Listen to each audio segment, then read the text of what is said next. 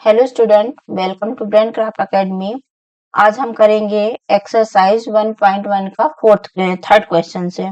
पिछली वीडियो जो है पार्ट 1, इसमें हमने first and second question complete कर लिया था। आज हम करेंगे थर्ड क्वेश्चन से। थर्ड क्वेश्चन, हमारा थर्ड क्वेश्चन है कि find the LCM and HCF of the following integers by applying the prime factorization method। क्या करना है, एलसीएम और एचसीएफ निकालना है। ठीक है, कुछ इंटीजर्स दिए हुए हैं, उनके एलसीएम और एचसीएफ फाइंड करना है। हिंदी में क्वेश्चन है, अभाज्य गुणनखंड विधि द्वारा निम्नलिखित पूर्णांकों के एचसीएफ और एलसीएम ज्ञात कीजिए। एलसीएम एचसीएफ निकालना है कौन सी मेथड से? अभाज्य गुणनखंड मेथड से। ठीक है, तो इसका फर्स्ट क्वेश्चन है 12, 15 एंड 21। ठीक है, हम क्या करेंगे, साइड में पहले कर लेंगे 12 के फैक्टर निकालेंगे हम। 12 2 से करेंगे, 2 6 जा 12, 2 से करेंगे 2 3 जा 6, 3 से करेंगे 3 1 जा 3। ठीक है, यहाँ करेंगे 15 का आएगा 3 5 जा 15, 5 1 जा 5। 21 का करेंगे तो 21 किससे होगा? 3 से। 3 7 जा 21, 7 1 जा 7। ठीक है, अब हम लिखेंगे यहाँ 12 के फैक्टर क्या है हमारे, 2 इंटू 2 इंटू 3। उसके बाद 15 के फैक्टर क्या है, 15 के फैक्टर है 3 इंटू 5। देन 21 के फैक्टर है हमारे 3 इंटू 7। ठीक है, हमें एलसीएम और एचसीएफ फाइंड करना है। तो हमारा एचसीएफ क्या होगा? एचसीएफ क्या होता है? हाईएस्ट कॉमन फैक्टर वो होता है जो हमारे, यदि दो नंबर्स का निकालना है तो दोनों नंबर्स में वो नंबर कॉमन, वो फैक्टर कॉमन होना चाहिए। यदि 3 नंबर्स का निकालना है तो तीनों नंबर्स में वो फैक्टर कॉमन होना चाहिए। जैसे 12 का भी एक फैक्टर है, 15 का भी फैक्टर है और 21 का भी फैक्टर है। तो हमारा एचसीएफ क्या होगा? 3। ठीक है, अब निकालेंगे हम क्या? एलसीएम। ठीक है, एलसीएम निकालने के लिए क्या करेंगे, जो कॉमन फैक्टर है उसे तो लिखेंगे ही, उसके अलावा जो अदर फैक्टर बचे हुए हैं उनको भी लिखेंगे। जैसे 12 में 3 कॉमन था, 3 लिख लिया। उसके बाद क्या बचा हुआ है? 2 इंटू 2, तो यहाँ हम लिखेंगे 2 इंटू 2। इसके बाद 15 में 3 लिख लिया था जो कॉमन था, क्या बचा था? 5। और ऐसे 21 में क्या बचा है हमारा? 7। तो अब हम रोक दिए।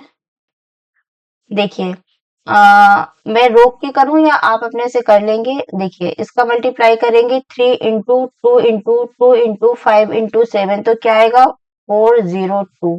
ठीक है, आप रोक के वीडियो कर लीजिएगा इसका। ठीक है, तो हमारा आंसर क्या होगा? एलसीएम हमारा आया है 420 और एचसीएफ क्या आया है? एचसीएफ आया है 3। ये हो गया हमारे फर्स्ट क्वेश्चन का आंसर। अब करते हैं हम सेकंड क्वेश्चन। सेकंड क्वेश्चन क्या है? सेकंड क्वेश्चन है 17, 23 एंड 29। क्या करेंगे? 17 के फैक्टर निकालेंगे हम।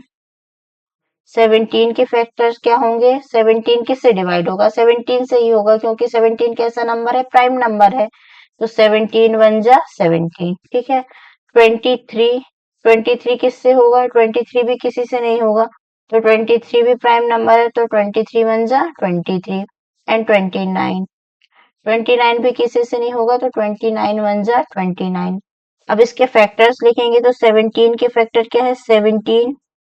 23 के फैक्टर है 23 और 29 का फैक्टर है 29। ठीक है, तो अब एचसीएफ फाइंड करेंगे। तो एचसीएफ फाइंड करने के लिए हम क्या लेते हैं? कॉमन। अब 17, 23, 29 इनके फैक्टर्स तो कोई कॉमन नहीं। यदि कोई फैक्टर कॉमन नहीं है तो इसका एचसीएफ हम लिखेंगे 1, क्योंकि 17 को हम ऐसे लिख सकते हैं ना, 17 इंटू 1। 23 को लिख सकते हैं हम 23 इंटू 1। 29 को लिख सकते हैं 29 इंटू 1। तो 1 फैक्टर कॉमन हो गया सभी में, तो एचसीएफ क्या होगा? 1 होगा। अब हम निकालेंगे एलसीएम। एलसीएम हम निकालेंगे तो किसका निकालेंगे हम एलसीएम? 17 into 23 into 29। एलसीएम में क्या करते हैं, जो कॉमन फैक्टर के अलावा वैल्यू होती है उसे लिखते हैं तो 7, देखिए कॉमन कुछ नहीं है तो 17 का होगा 17, 23 में 23, 29 में 29। तो इसका हम मल्टीप्लाई करेंगे तो मल्टीप्लाई क्या आएगा, 11,339। आप वीडियो रोक के मल्टीप्लाई करके चेक कर लीजिएगा। तो इसका हमारा आंसर हो गया, एलसीएम हो गया हमारा, एलसीएम हो गया हमारा 11,339 और एचसीएफ हो गया हमारा, कितना हो गया, एचसीएफ 1। ये हो गया हमारे सेकंड क्वेश्चन का आंसर। थर्ड क्वेश्चन है हमारा 8, 9 एंड 25। ठीक है, क्या करेंगे, 8 के फैक्टर निकालेंगे 2 से, 2 4 जा 8, फिर से 2 से करेंगे, 2 2 जा 4, देन 2 से, 2 1 जा 2 करेंगे हम 9 से, 9 से करेंगे तो 3 3 जा 9 और 3 1 जा 3। ठीक है, एंड करेंगे 25। तो 25 के फैक्टर क्या होंगे हमारे, 5 से करेंगे तो 5 1 जा 5 और 5 1 जा 5। ठीक है, अब हम करेंगे 8। 8 के फैक्टर क्या है, 2 इंटू 2 इंटू 2। 9 के फैक्टर हमारे क्या है, 3 इंटू 3। 25 के फैक्टर हमारे क्या है, 25 के फैक्टर है 5 इंटू 5। हमें क्या फाइंड करना है, हमें फाइंड करना है एचसीएफ। तो देखो 8 9 25 में कोई भी कॉमन नहीं है, कोई भी कॉमन नहीं है, तो हमारा एचसीएफ क्या आएगा, 1। अब हम करेंगे एलसीएम। एलसीएम में इन तीनों का मल्टीप्लाई करेंगे, 2 into 2 into 2 into 3 into 3 into 5 into 5। ठीक है, देखो एचसीएफ कैसे निकाला, 8 का किया हमने फैक्टर तो ये आए, 9 के ये और 25 के ये। ठीक है, अब कोई भी नंबर कॉमन नहीं है, कोई भी नंबर कॉमन नहीं है, तो हमारा एचसीएफ क्या होगा, 1। एलसीएम क्या लेते हैं, जो नंबर कॉमन है वो, उसके अलावा बाकी जो बचे हुए नंबर्स होते हैं उनका मल्टीप्लाई करते हैं। कोई नंबर कॉमन तो है नहीं, तो कॉमन नंबर नहीं है तो जो नंबर बचे हुए हैं उन सबका मल्टीप्लाई करेंगे। तो 2 का 2 into 2 into 2 into 3 into 3 into 5 into 5। इसका मल्टीप्लाई हमारा आएगा 1800। ठीक है, तो एलसीएम हो गया हमारा 1800 एंड एचसीएफ हो गया हमारा 1। ये हो गया हमारे थर्ड क्वेश्चन का आंसर। ठीक है, अब चलते हैं हम फोर्थ क्वेश्चन में।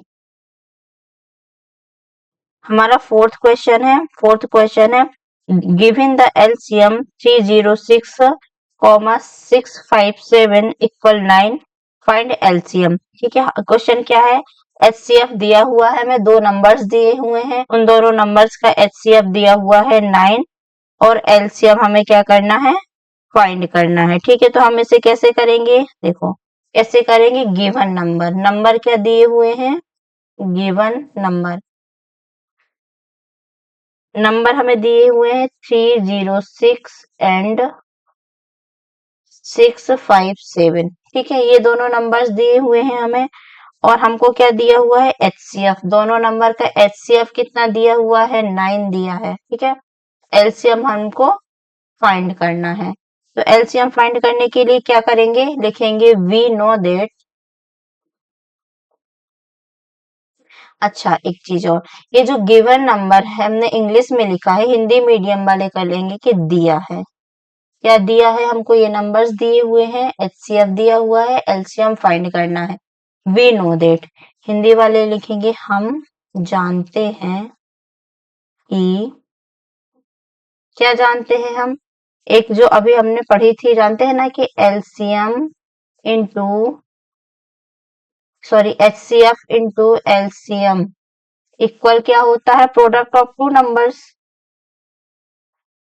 Product of two number. ठीक है, एलसीएम इंटू एचसीएफ क्या होता है, दो संख्याओं का गुणनफल। तो हमें एचसीएफ कितना दिया हुआ है, 9, एलसीएम फाइंड करना है, और दो नंबर क्या है, 306 इंटू 657। ठीक है, क्या करेंगे हम, जो हमारा 9 दिया हुआ है, यहाँ मल्टीप्लाई में है 9, हम इसको यहाँ लेके जाएंगे राइट हैंड साइड, तो ये चला जाएगा हमारे डिवाइड में। तो क्या होगा, LCM equal 306 into 657 divided by 9।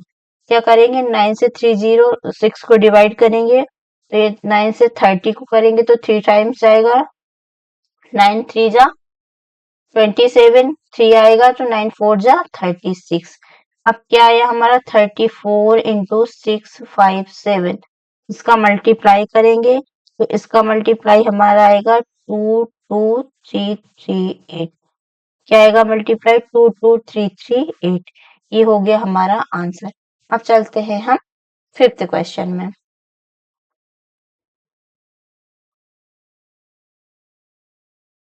Fifth question है चेक वेदर 6 की power n can and with the digit 0 for any natural number n। जांच कीजिए कि क्या किसी प्राकृतिक संख्या n के लिए 6n अंक 0 पर समाप्त हो सकती है। हमें ये सॉल्व करना है इस क्वेश्चन में कि 6 की पावर n, यदि हम 6 की पावर 1 करें, 2 करें, 3 करें, 4 करें, तो ऐसा कौन सा नंबर होगा n की, मतलब जो 6n है ना, n 6n, n की जगह हम कौन सा नंबर लिखें ये सॉल्व करने से इसका लास्ट नंबर जो है वो 0 आए, ये हमें सॉल्व करना है। ठीक है, तो सॉल्व करने के लिए हम क्या करेंगे, देखो एक चीज मैं आपको समझाती हूँ साइड में।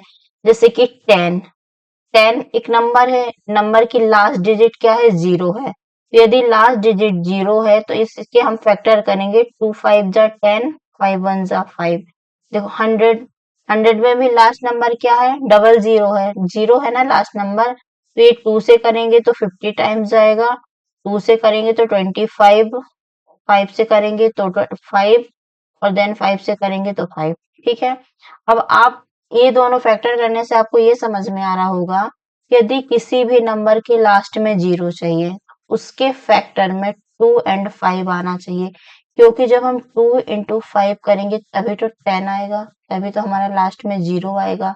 ठीक है, अब हम क्या करेंगे कि 6 के फैक्टर करके, ये मैंने सिर्फ आपको समझाने के लिए बताया है। ठीक है, अब हम 6 के फैक्टर करेंगे तो 6 के यदि हम फैक्टर करते हैं तो 2 3 जा 6, 3 1 जा 3। अब जब 6 के फैक्टर क्या है, 2 इंटू 3, 2 तो हमको मिल रहा है, लेकिन हमें 0 बनाने के लिए 5 की भी जरूरत है, लेकिन 6 के फैक्टर में तो 5 आ नहीं रहा, तो n की क्या पावर होगी, देखिए इसे हम लिखते हैं। ठीक है, तो n की कोई भी ऐसी पावर नहीं हो सकती कि जिसे हम रख दें तो उसका लास्ट नंबर 0 आ जाए। तो इसे हम कैसे लिखेंगे, इसे हम लिखेंगे 6n कैन एंड विथ 0, कि 6n जो है वो कब एंड होगा 0 से, if 2 and 5 both are its prime factor। यदि 2 और 5 जो है वो क्या हो, दोनों प्राइम फैक्टर होने चाहिए। ठीक है, फिर क्या लिखेंगे, 6 के फैक्टर्स क्या है, 2 इंटू 3, ये हमने किया साइड में। 6 के फैक्टर क्या है, 2 इंटू 3 है, तो हम लिखेंगे since 5 is not a prime factor of 6। ठीक है, 5 जो है वो 6 का प्राइम फैक्टर नहीं है। ठीक है, 5 जो है 6 का प्राइम फैक्टर नहीं है। फिर 6n can not and with 0, इसलिए क्या है, 6n जो है वो 0 से, 6n can not and with 0, 6n जो है वो 0 से एंड नहीं होगा। ठीक है, अब ये क्वेश्चन हम हिंदी में कैसे करेंगे, ये हो गया इंग्लिश के लिए, हिंदी के लिए हम करेंगे इसे हिंदी। हिंदी के लिए हम लिखेंगे जो संख्या 0 पर समाप्त होती है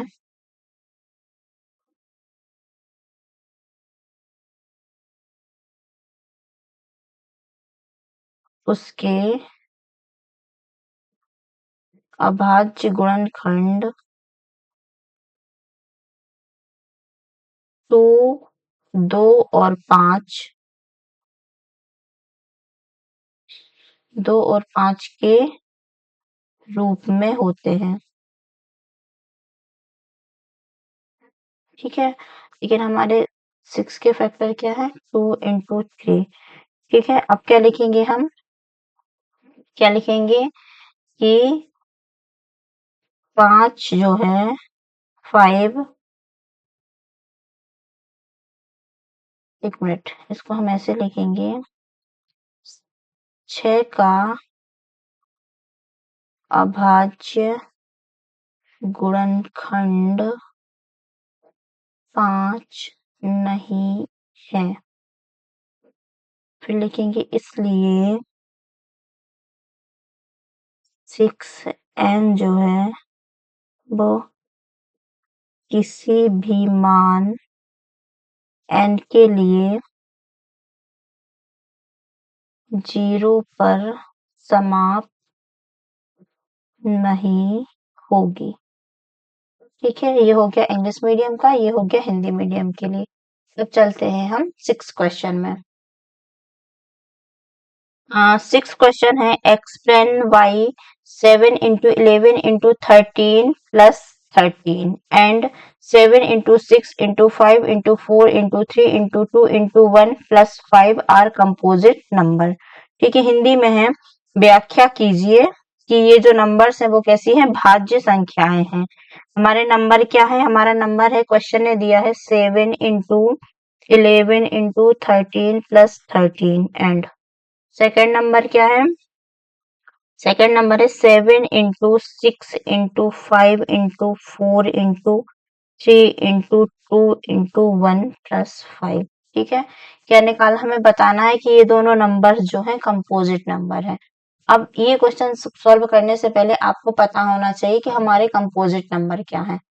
कंपोजिट नंबर और प्राइम नंबर, प्राइम नंबर क्या होते हैं, वे नंबर्स होते हैं प्राइम नंबर जिनका फैक्टर वो खुद संख्या हो और 1, सिर्फ उनके दो फैक्टर होते हैं, एक वो खुद संख्या होती है और 1। और कंपोजिट नंबर क्या होते हैं, जिसके दो से ज्यादा फैक्टर हो, जिसके दो से ज्यादा गुणनखंड हो। एग्जाम्पल के लिए मैं आपको साइड में बताती हूँ, जैसे 5, 5 क्या है, प्राइम नंबर है। तो 5 के हमारे फैक्टर करेंगे तो 5 किस किस से होगा, 5 के फैक्टर होंगे 1 एंड 5। 5 के गुणनखंड क्या होंगे, 1 और 5। अब मेरे एक नंबर है 6, तो 6 के गुणनखंड क्या होंगे, 6 के फैक्टर होंगे 1 2 3 6, ठीक है। जिसके फैक्टर 1 और खुद वो संख्या होती है वो प्राइम नंबर कहलाते हैं। और अ, और जो नंबर जो है जिसके 1 और वो संख्या उसके अलावा फैक्टर होते हैं, जिसके 2 से ज्यादा फैक्टर होते हैं, वो होते हैं कंपोजिट नंबर, भाज्य संख्या। यही हमको ये दो नंबर्स दिए हैं, ये एक्सप्लेन करके प्रूफ करके हमें बताना है कि ये दोनों नंबर हमारे कंपोजिट नंबर है। तो इसके लिए हम क्या करेंगे, लेट करेंगे। हमने लेट क्या किया, एक्स इक्वल माना 7 इंटू 11 इंटू 13 प्लस 13, ये हमने लेट किया। अब हम इसमें क्या करेंगे, देखो यहाँ भी 13 है और प्लस के बाद भी 13 है, तो हम इन दोनों नंबर से 13 ले लेंगे कॉमन। 13 कॉमन आया तो यहाँ आएगा 7 इंटू 11, 13 तो कॉमन चला गया तो 1 प्लस 13 कॉमन चला गया 1, ये हो गया हमारा नंबर। अब हम क्या करेंगे, 13 7 का 11 में मल्टीप्लाई करेंगे तो 77 आएगा, 77 का 1 में करेंगे तो 77 आएगा प्लस 1। देन क्या करेंगे, 13 इंटू 77 में 1 ऐड करेंगे तो हमारा आएगा 78, ठीक है। ये हो गया हमारा 78। अब हम क्या करेंगे कि जो हमारा 78 है इसके हम क्या निकालेंगे, इसके हम निकालेंगे प्राइम फैक्टर, ठीक है। तो 78 के प्राइम फैक्टर क्या होंगे, यहाँ निकालती हूँ मैं, यहाँ साइड में, ठीक है, यहाँ आपको दिख रहा होगा। 78 के फैक्टर निकालूंगी तो 78 के फैक्टर क्या होंगे हमारे, 2 से करेंगे तो 2 3 जा 6, 2 9 जा 18, 3 से करूंगी तो 3 1 जा 3, 3 3 जा 9, 3 से करेंगे 13, 1 जा 13, तो ये हो गया ये वाला 13 और इसके फैक्टर है 2 इंटू 3 इंटू 13, ठीक है। अब आपको ये पता चल गया है कि ये जो नंबर है इस नंबर के नंबर और 1 के अलावा भी फैक्टर है। यदि नंबर और 1 के अलावा या 2 से ज्यादा इसके फैक्टर हैं तो ये हो गया हमारा कैसा नंबर हो गया, कंपोजिट नंबर हो गया। अब हम क्या करेंगे, y इक्वल जो ये वाली वैल्यू है इसको हम ये वाली वैल्यू इसको हम y मानेंगे, ठीक है।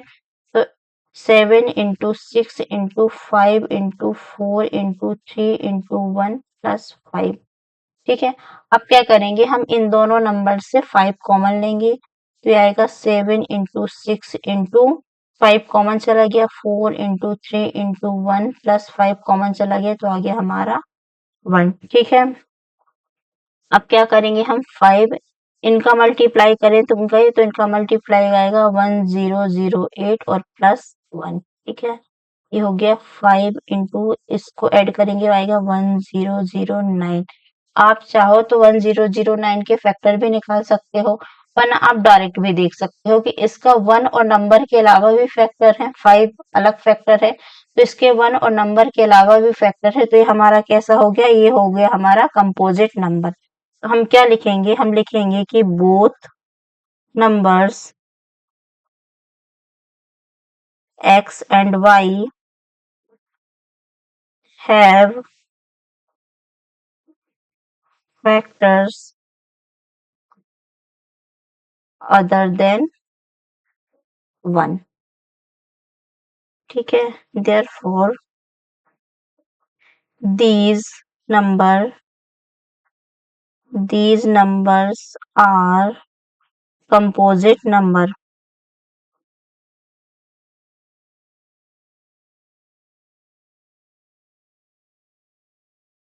ठीक है।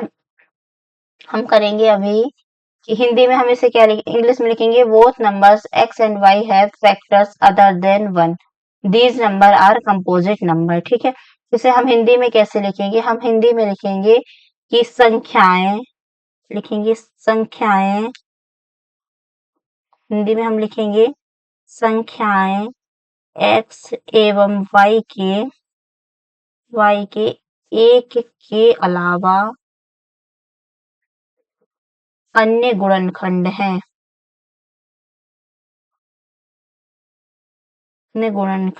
इसलिए यह संख्याएं कैसी हैं, भाज्य संख्याएं हैं।